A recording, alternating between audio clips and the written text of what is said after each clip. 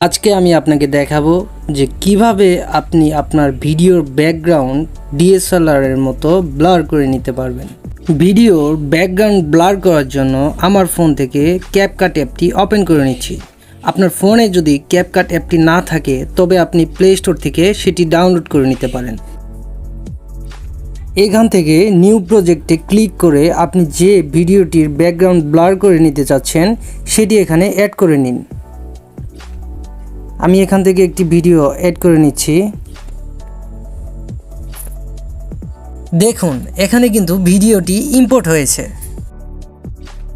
আপনার ভিডিওটি এখানে ইম্পোর্ট করা হয়ে গেলে নিচে যে টুল বারটি দেখতে পাচ্ছেন সেখান থেকে ইফেক্টসে ক্লিক করুন। তারপর এখান থেকে ভিডিও ইফেক্টসে ক্লিক করুন। এখান থেকে বেসিকে মুভ করুন। তো এখানে দেখতে পাচ্ছেন ব্লার নামে একটি ইফেক্ট দেখতে পাচ্ছেন। সো এটি আপনার ভিডিওতে অ্যাপ্লাই করে দিন। তারপর এখান থেকে ব্লার বারটিকে আপনি ডান দিক থেকে টেনে আপনার ফুল ভিডিওতে অ্যাপ্লাই করে দিন।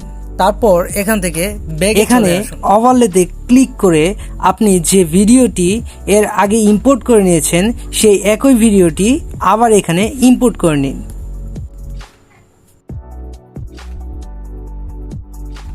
ওভারলেতে অ্যাড করা ভিডিওটির দুই দিক থেকে টেনে ফুল স্ক্রিন করে নিন।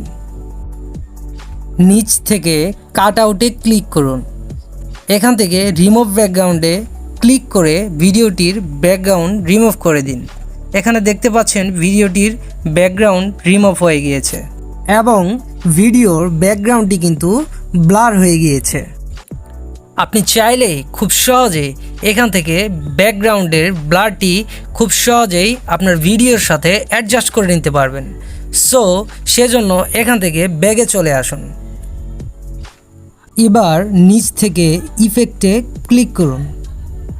তারপর এখান থেকে ব্লারের যে বারটি দেখতে পাচ্ছেন সেটি সিলেক্ট করুন।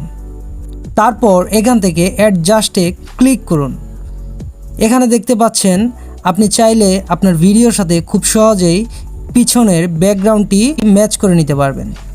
দেন এখানে রাইট বাটনে ক্লিক করুন। এবার আপনার ভিডিওটিকে সেভ করার জন্য উপরে যে অ্যারো চিহ্নটা দেখতে পাচ্ছেন সেখানে ক্লিক করে এক্সপোর্ট করে নিন আপনার ফোনে।